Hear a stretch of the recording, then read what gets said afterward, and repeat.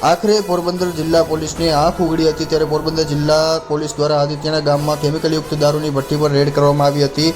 ત્યારે આ અંગે મળતી માહિતી મુજબ મહેર એકતા સમિતિ દ્વારા પોરબંદર જિલ્લાના આદિત્યના ગામમાં કેમિકલયુક્ત દારૂ વેચાવા અંગે એસપીને ઉગ્ર રજૂઆત કરવામાં આવી હતી। ત્યારે આ બાબતે ગઈકાલના રોજ પોરબંદર જિલ્લા પોલીસ દ્વારા આદિત્યના ગામ ખાતે રેડ કરવામાં આવી હતી અને દેશી દારૂની જે ભઠ્ઠીઓ છે તેને તોડી પાડવામાં આવી હતી। ત્યારે આ બાબતે મહેર એકતા સમિતિના પ્રમુખ નાથાભાઈ ઓડેદરાએ પોરબંદર જિલ્લા પોલીસનો આભાર માન્યો છે।